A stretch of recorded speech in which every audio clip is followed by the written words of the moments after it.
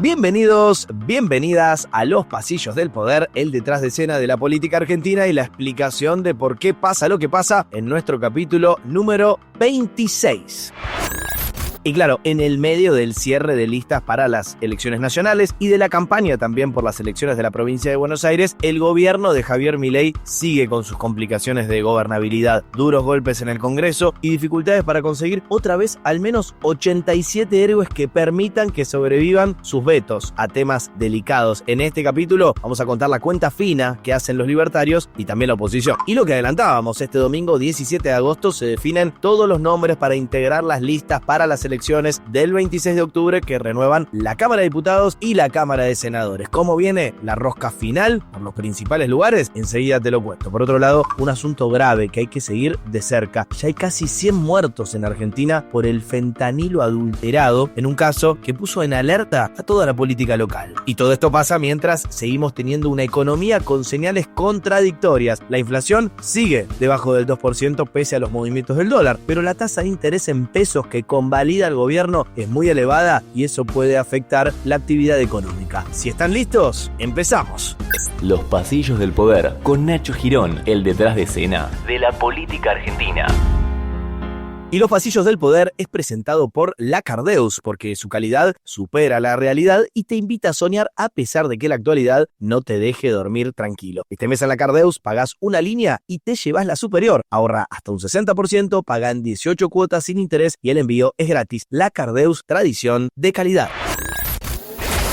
Y hay que decir, como venimos haciendo ya hace varias semanas en Los Pasillos del Poder, que Javier Milei y el oficialismo libertario, con el telón de fondo de un año electoral, está muy pero muy complicado a nivel gobernabilidad y eso se nota sobre todo en el Congreso. Esto lo venimos siguiendo muy de cerca acá. Recuerden que en lo que va de este año, la Casa Rosada todavía no aprobó ninguna ley propia. Es increíble. De hecho, yo esto se los he mencionado varias veces, pero estaba dando vueltas por ahí en los pasillos del Congreso la iniciativa que se llamaba de inocencia fiscal, la de el uso de los dólares debajo del colchón. Bueno, no avanzó nada, no hay ni dictamen de comisión, ni va a ser incluido en ningún temario, ni esto tiene capacidad de ser legislado, ni absolutamente nada. Me parece que resume los problemas que viene teniendo el oficialismo de hace un tiempo a esta parte. En 2024 parecía que, pese a estar en franca minoría, la agenda legislativa la manejaba, pero este 2025 fue diferente y jugando fuerte, criticando incluso a los más aliados, pretendiendo mucho en las listas legislativas de todos los rincones de la República Argentina, terminó aglutinando a la oposición. Oposición que le viene dando un dolor de cabeza tras otro. ¿Se acuerdan que la semana pasada les conté que ya Javier Milei había vetado el aumento a las jubilaciones, también una moratoria jubilatoria y la emergencia en discapacidad? Y también les conté que Milei había sufrido un 12-0 en el Congreso, 12 proyectos que el oficialismo no quería, bajo la justificación de que son todos proyectos como el del presupuesto universitario, que afectan las cuentas de la economía local y sobre todo el superávit que tanto defiende el gobierno. Pero pese a eso, insisto, la oposición logró avanzar, particularmente en la Cámara de Diputados, con todos esos asuntos que los violetas no querían ver ni en figurita. En ese contexto hay que destacar, aunque hayan pasado algunos días, lo que dejó la cadena nacional de Javier Milei. Lo hizo sobre el final de la semana en un claro mensaje a su núcleo duro y me parece particularmente al mercado. Le quiso dejar bien en claro que aunque se sigan aprobando proyectos que impliquen gasto público, él no se va a mover de su modelo económico y por supuesto de la voluntad de ajuste que instauró en la República Argentina. De hecho, llegó a decir, y este me parece el principal título, que antes de hacer lo contrario lo tienen que sacar de la Casa Rosada con los pies para adelante. Quiero ser muy claro con algo. No vamos a volver atrás, no vamos a volver al pasado, no vamos a volver al sendero de la decadencia. Y al Congreso le digo, si ustedes quieren volver atrás, me van a tener que sacar con los pies para adelante. Bueno, durante este mensaje el presidente anunció dos medidas concretas, dijo él, para proteger el equilibrio fiscal y blindar las políticas de ajuste, insisto, que el gobierno está llevando adelante desde diciembre de 2023 y que el Congreso muchas veces quiere revertir. La primera básicamente consiste en prohibirle al Tesoro Nacional financiar el gasto con fondos provenientes del Banco Central. La verdad que esto viene sucediendo, pero en la práctica implica que se bloquea el uso de la emisión monetaria tributaria como vía para cubrir los déficits. Ponele que la dejamos de lado, pero la segunda iniciativa generó mucha controversia porque implica esto. En segundo lugar, en los próximos días estaré enviando un proyecto de ley al Congreso para penalizar la aprobación de presupuestos nacionales que incurran en déficit fiscal. Este proyecto establece una regla fiscal estricta que le exige al sector público nacional obtener un resultado financiero con equilibrio o superávit. También establecerá una sanción penal a los legisladores y funcionarios que no cumplan con estas nuevas reglas fiscales. Escucharon bien, sanciones a los legisladores nacionales que no digan de dónde sacar el presupuesto que implican ciertas leyes. Esto generó infinita controversia, pero ya les adelanto que al menos en esta composición actual del Congreso, que sigue hasta el 10 de diciembre de este 2025, no hay ninguna manera que avance. Era, de vuelta, un mensaje a sus votantes y un mensaje sobre todo a los actores del mercado. El archienemigo, más en este contexto electoral de Javier Milei, es Axel Kicillof, que fue el primero como gobernador de la provincia de Buenos Aires en salir a criticar el mensaje de la cadena nacional. La cadena nacional de ayer venía como una especie de propuesta que es un delirio cósmico, más o menos penalizar a los diputados que no votan lo que Milei piensa que hay que votar, que lo quiere presentar como una ley, no les aprueban en la Cámara, no le aprueban en las cámaras, no le aprueban sus leyes, le vetan sus decretos y ahora quiere que se autopersigan los diputados y senadores porque no están de acuerdo con Milei. Yo creo que es tremendamente border lo que está haciendo. El contenido económico de lo que dijo también un delirio cósmico. También. Milei viene de vetar leyes que tienen que ver con discapacitados, con jubilados. Los números que construye para dar sus explicaciones son falsos. Quería hacerles recordar el mensaje del presidente argentino en la cadena nacional para contarles en paralelo cómo las tensiones siguen en la caja de resonancia política en la que se ha convertido el Congreso Nacional. Porque escuchen bien, antes que nada, esta semana los opositores de la Cámara de Diputados otra vez hicieron sufrir al oficialismo. Sacaron dictámenes de comisión, que es el paso previo a que un proyecto de ley llegue al recinto para ser votado, en una serie de proyectos que, de vuelta, no quiere nada la libertad avanza. Entre los principales temas estaba la iniciativa para destrabar el funcionamiento de la comisión investigadora del criptoescándalo Libra. ¿Se acuerdan? Bueno, ahí se avanzó con un dictamen de comisión para destrabar el funcionamiento de esa comisión, sacar a la comisión de la paralización en la que está hace muchos meses. Nunca ni siquiera empezó a funcionar porque hay un empate en el número de sus miembros y no queda bien en claro quién debería ser el presidente. Y por eso, en una iniciativa que obtuvo 38 firmas sobre 66 diputados presentes en el plenario de varias comisiones, quedó todo listo para que este texto vaya al recinto para su aprobación en la próxima sesión. Libra es un tema que preocupa mucho al gobierno. Después de que Javier Milei promocionara esa criptomoneda que subió su valor y se derrumbó en pocos minutos, el propio presidente salió a negar cualquier vinculación con un negocio espurio. Pero son numerosos los elementos que fueron trascendiendo en estos meses y que marcan que como mínimo su círculo cercano permitió que personajes como Aiden Davis o Mauricio Novelli, muy cercano a los Milei, pudieran llevar adelante esta iniciativa vinculado con los activos digitales que hasta implicaron movimientos de dinero en cuentas bancarias que el oficialismo debería explicar. Por eso, más allá de la presunción de inocencia, la importancia de la activación de la comisión investigadora. Si el gobierno fue el primero que salió a decir que quería ser transparente en este tema porque no se parece a los corruptos que gobernaron antes la Argentina. ¿Por qué ahora bloquea? Es la consulta, es la pregunta, es la gran duda, la investigación honesta y transparente en el Palacio Legislativo. El diputado socialista Esteban Paulón apareció en esa reunión de comisión donde se empezó a destrabar la investigación por Libra con una remera que decía estúpido o corrupto, haciendo referencia a la frase que les pasé la semana pasada de Diana Mondino, ex ministra de Relaciones Exteriores del gobierno de Javier Milei. Esto decía Paulón. Señor presidente, para terminar, decir que en los últimos días hemos llegado a revelaciones muy importantes. Por ejemplo, que una persona con identidad trucha puede entrar a la Casa Rosada, que será de la seguridad del presidente. Que, bueno, el otro día estuvo haciendo un papelón ahí en un barrio humilde de La Matanza, rodeado de gente que lo cuidaba. Parece que esa gente que lo rodeaba no estuvo para que no entrara Julián P. con una identidad trucha.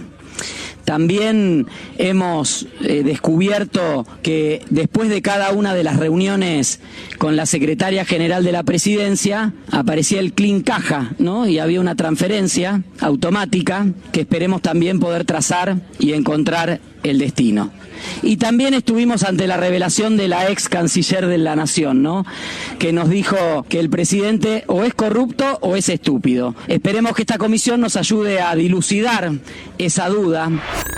Les prometo actualizar día a día, semana a semana, qué pasa con la Comisión Investigadora de Libra, pero la oposición se tiene fe en que va a empezar a funcionar en las próximas semanas. Y si esto fuera así, pese a la voluntad del oficialismo de frenarla, justo la labor de esa comisión va a coincidir con la campaña electoral para las elecciones del 26 de octubre. O sea, al final el timing les puede salir pésimo a los libertarios. Recordemos que esa comisión puede citar testigos, puede pedir medidas de prueba y va a elaborar un informe final no vinculante para la justicia, es decir, aunque digan que Javier Milei es culpable de una estafa, la justicia no está obligada a hacer nada, pero le va a meter mucha presión política y mediática a este asunto que la Libertad Avanza preferiría que salga de la arena pública. Pero hubo más dolores de cabeza para Milei desde el Congreso porque la oposición logró dictamen también para la iniciativa de los gobernadores de coparticipar los aportes del Tesoro Nacional y el impuesto a los combustibles, todo porque vienen diciendo los primeros mandatarios de Argentina que el gobierno retasea dinero que les corresponde a las provincias. Y también hubo dictamen para el proyecto que establece la emergencia en ciencia y tecnología. Es verdad que el Senado tenía que avanzar en estas horas en paralelo con la media sanción que viene de diputados y que rechaza, por ejemplo, los decretos desregulatorios de Federico Sturzenegger como el que cierra vialidad. Ahí, si el Senado llegara a aprobar esos rechazos, se terminaron los decretos. Es decir, no se cierra vialidad y sería otro duro golpe al oficialismo. A la vez, el Senado tiene que sacar dictámenes para pasar al recinto los proyectos ya aprobados también por diputados de financiamiento universitario y de la emergencia pediátrica, pero esto pasó para la agenda legislativa de la próxima semana. Ya que estaba nombrando a Federico Sturzenegger y sus decretos desregulatorios, contó que cuando le contó a Javier Milei en la Quinta de Olivos todo lo que tenía para desregular del Estado Nacional e imprimió un pilón de hojas gigantes y se lo llevó a su residencia, Milei disfrutó casi como si estuviera teniendo sexo. Una de las frases de la semana en boca del ministro de Modernización. Entonces se lo llevamos a Javier, tuvimos una reunión de 6 horas donde le íbamos contando. ¿Vos le llevaste todo esto? Sí, puse en la, ¿viste? Me fui con una valija. ¿Fuiste con una valija? Con un carrión, puse sobre la mesita de Lula 2 pilas y le dije, mira, te voy a contar qué es lo que hay acá. Increíble. La reunión duró 6 horas y tanto se entusiasmaba que por momentos gemía, parecía como que estaba teniendo sexo, ¿me entendés? Que estaba teniendo un orgasmo, sí.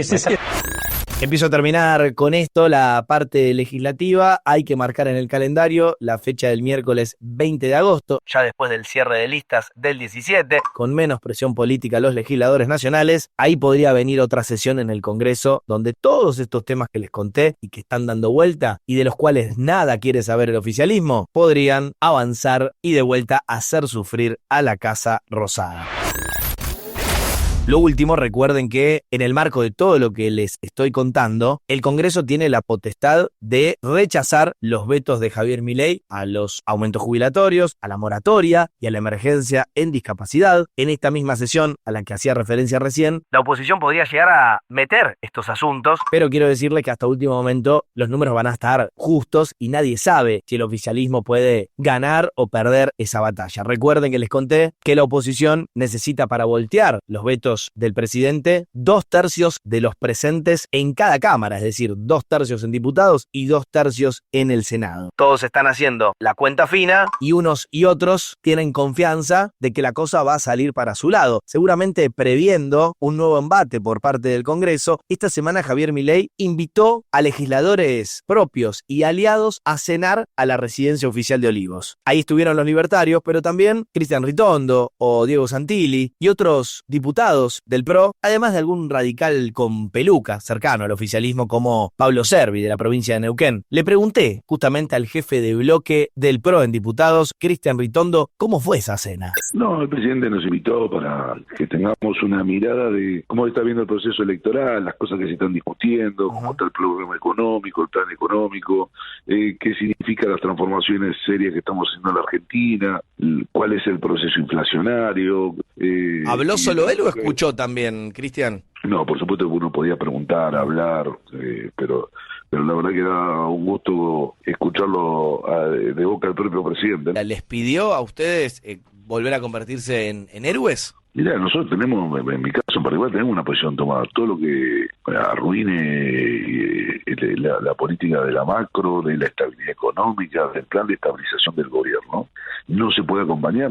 No es una cuestión de voluntad. ¿Hay ahí alguna idea o te consta o están preparando algo que por sobre el veto pueda, sobre todo hablando de dos temas que son realmente importantes e incómodos, me imagino, para más de uno, porque hablamos de jubilados, de gente grande y de personas con discapacidad. Digo, de poder ayudarlos de otra manera. Nacho, el populismo te toma temas que lógicamente son sensibles, que lógicamente tiene este tipo de cosas, es lo que hace el populismo. Hizo al campo. Por eso, ¿y algo particular para esos dos sectores? Porque viste que se había rumoreado incluso, digo, algún beneficio para las personas con discapacidad, empezar a debatir los jubilatorios.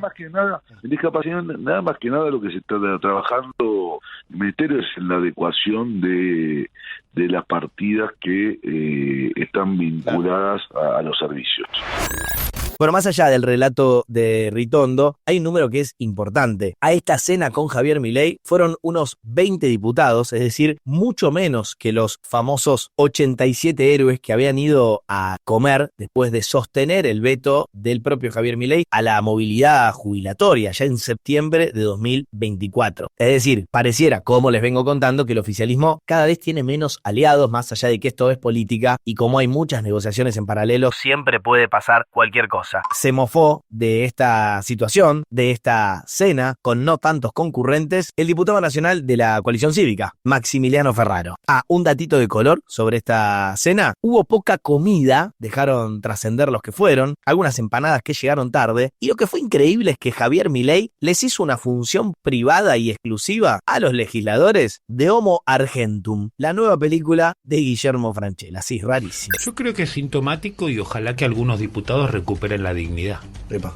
Y la verdad que con lo que uno conoce que sucedió en Olivos es como una cosa más degradante, ¿no? Porque antes por lo menos le ofrecieron un asado, ahora después de 4 horas de monólogo le ofrecieron 3 empanadas, los obligó a ver una película, la de Francella.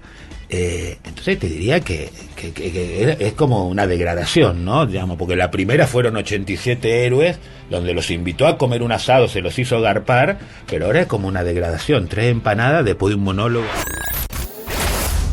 Y nos vamos metiendo con el modo electoral de los pasillos del poder, siempre recordando que votamos para renovar el Congreso el 26 de octubre y que la otra gran elección que se viene por delante es la del 7 de septiembre en la provincia de Buenos Aires. Voy a empezar por lo nacional. Se eligen en octubre 24 senadores y 127 diputados nacionales en un contexto marcado, ya les voy a hablar de eso, por la implementación por primera vez a nivel nacional de la boleta única de papel. Este domingo, 17 de agosto, cierran las listas legislativas, es decir, que nos vamos a enterar quiénes son los principales candidatos de todos los espacios de Argentina de cara a esa contienda del 26 de octubre. Vamos a traer aquí, por supuesto, los principales nombres. Pero antes de ese cierre de listas se dio el cierre de alianzas. Ahora que tenemos los datos completos, podemos contar que La Libertad Avanza, como oficialismo nacional, va a competir sola por su cuenta en 8 provincias de las 24 que tiene Argentina y va a tener algún tipo de frente o acuerdo o alianza en las otras 16, la mayoría con el PRO. Ahí se alía en 9 provincias, 2 con la Unión Cívica Radical y 5 con fuerzas locales, provinciales. Solo estos números que les cuento alcanzan para graficar la dispersión y las contradicciones extremas que hay hoy en la República Argentina. Por ejemplo, les debe llamar la atención el dato de que La Libertad Avanza y el PRO van juntos en la ciudad de Buenos Aires y en la provincia de Buenos Aires, pero en las elecciones locales de la capital federal, allá por el mes de mayo, se enfrentaron. Y de hecho, la casi segura candidata senadora por la ciudad de Buenos Aires va a ser Patricia Bullrich, que hoy es libertaria y de hecho ministra de Javier Milei, pero viene de ser la candidata a presidenta por el PRO que comanda Mauricio Macri. Y sí, es raro. Como también es raro saber que La Libertad Avanza acordó con el PRO, por ejemplo, en Entre Ríos, allí gobierna Rogelio Frigerio, pero va a enfrentar al PRO en Chubut, donde gobierna Ignacio Nacho Torres. O también es raro marcar que La Libertad Avanza acordó con el radicalismo en Mendoza, Mendoza, donde gobierna Alfredo Cornejo, pero va a enfrentar a la UCR en Corrientes, donde gobierna Gustavo Valdés. Como ven, una dispersión impresionante en esta Argentina que está generando, hay que decirlo, cada vez menos ganas de votar, o al menos eso dicen las encuestas que marcan que hay muy baja participación electoral, aún en un país como el nuestro que tiene votación obligatoria.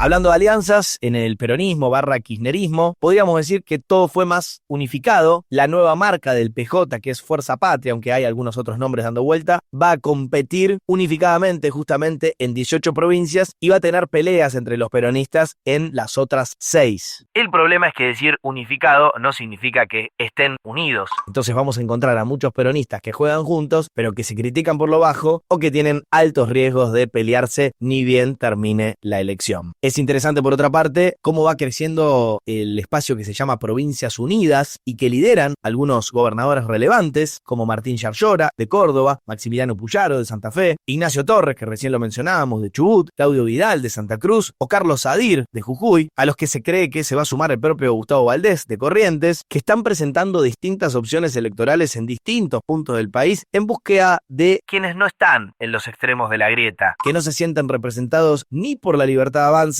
en una de las puntas, ni con el PJ con tono kirchnerista en las otras puntas. Veremos cómo va este experimento, digamos, del medio. Sabremos después del domingo quiénes son los principales candidatos entonces de La Libertad Avanza y el PRO en las provincias donde se unen, pero la rosca está muy pero muy intensa en el peronismo a nivel nacional. Hubo una suerte de operativo clamor que instaló a Máximo Kirchner como posible cabeza de lista para la candidatura a diputados nacionales por la provincia de Buenos Aires, pero la verdad todas las otras tribus peronistas dejan trascender que es poco probable que el hijo de la expresidenta termine encabezando la boleta en el principal distrito electoral del país. Dijo Máximo que tiene dudas, pero que si Cristina se lo pide... Si Cristina me salgo de acá y me dice, mira, no importa, pase lo que pase hay que ir, no, lo que pase después, bueno, ya cambia y también se discute con todo el espacio político.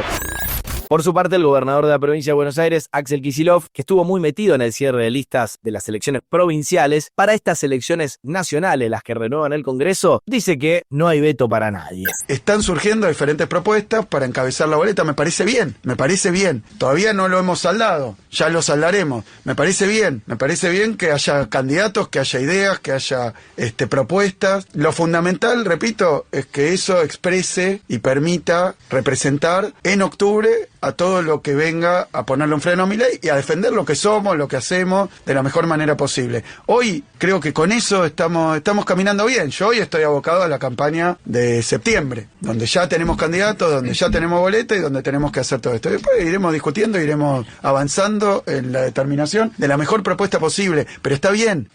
Pero, viste, ayer a Máximo le preguntaron por esta posibilidad de ser candidato y dijo, tampoco uno quiere ser alguien que se entrometa en los planes de nadie, digamos, hoy la mayor responsabilidad la lleva adelante el gobernador, como diciendo, bueno, yo estaría dispuesto a ser candidato, pero siempre que tenga el visto bueno de Axel Kicillof. ¿Hay visto bueno? Mira, no hay veto para nadie y tenemos que encontrar la mejor expresión. Yo lo he dicho varias veces, no lo he charlado esto particularmente con Máximo. ¿Puede ser la mejor expresión? Sí, todos pueden serlo. Yo lo que digo es que yo no tengo una propuesta, me parece que tenemos que buscarla.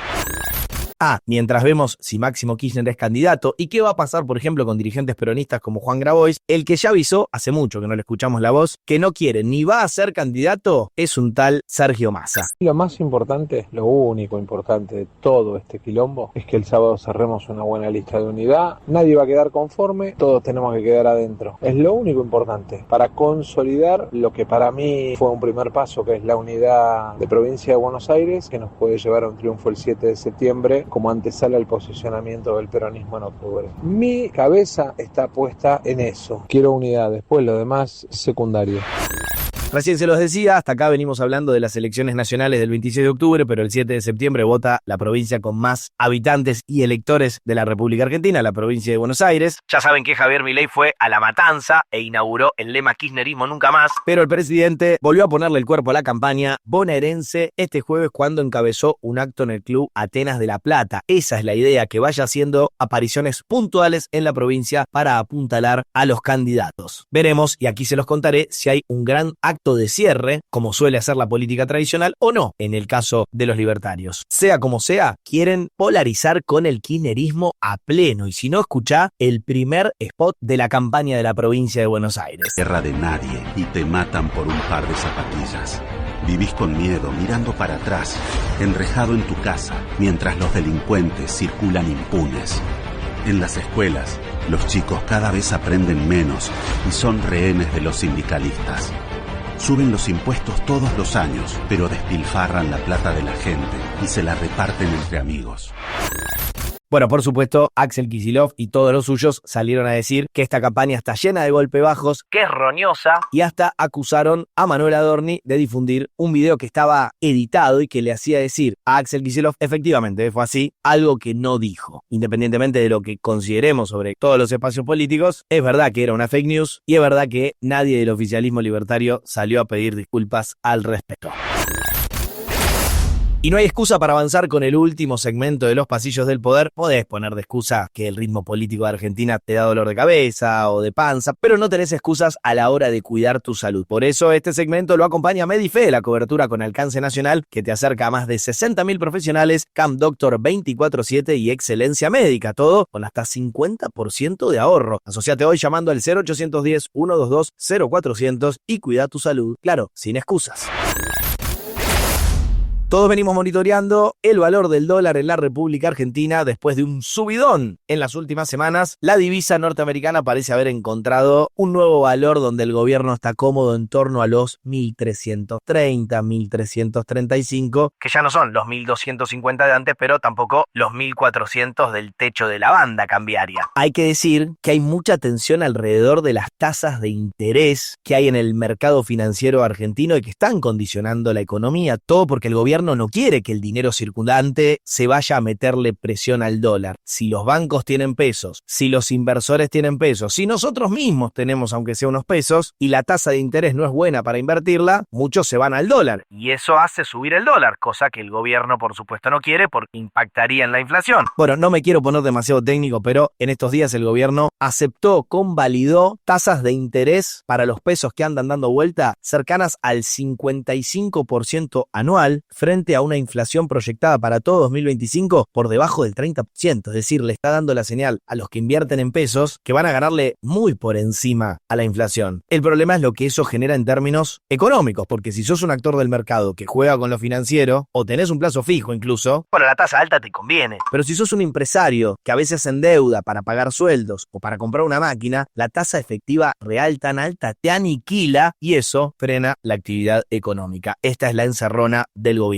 Gobierno que tuvo una relativa buena noticia en estas horas porque la inflación aumentó 1,9% en julio respecto de junio, ahí había dado 1,6%, es decir, se mantiene debajo del 2%, esa podría ser la buena noticia, pero sube con respecto al 1,6%, esa podría ser la mala, está más razonable el IPC, eso siempre hay que marcarlo, los precios así acumularon un alza de 17,3% en los últimos 7 meses en este 2025 y 36,6% de manera interanual. El rubro que más subió fue recreación y cultura con 4,8% y el que menos subió fue prendas de vestir y calzado, que de hecho tuvo deflación, menos 0,9%. ¿Qué pasó con los alimentos? Te preguntarás. Bueno, alimentos y bebidas no alcohólicas subió igual que la inflación promedio, 1,9%. Con esto, tranquilamente la Libertad Avanza puede decir, y no se estaría equivocando, que hubo poco traslado a precios. En julio el dólar subió 14% y la inflación se mantuvo en un número razonable. Pero los especialistas están advirtiendo que hay que seguir de cerca qué pasa en agosto, porque ahí sí la inflación puede ser al menos un poco más alta. Otra información relevante que dio el INDEC en estas horas fue la de salarios, que siempre viene rezagado, es decir, te muestra una foto de los meses anteriores. Ese índice de salarios correspondiente a junio subió 3% con respecto a mayo. No se las quiero hacer largo, pero básicamente desde octubre de 2024 hasta hoy no hay variaciones significativas en los asalariados registrados, los que formalmente ganan en blanco, como se suele decir, pero están abajo 5,5% contra noviembre de 2023 según el análisis del especialista en estos temas Luis Campos. El salario del empleado público está perdiendo como en la guerra y la rema el salario no registrado, el de la economía informal, aclarando que es un sector realmente muy difícil de medir.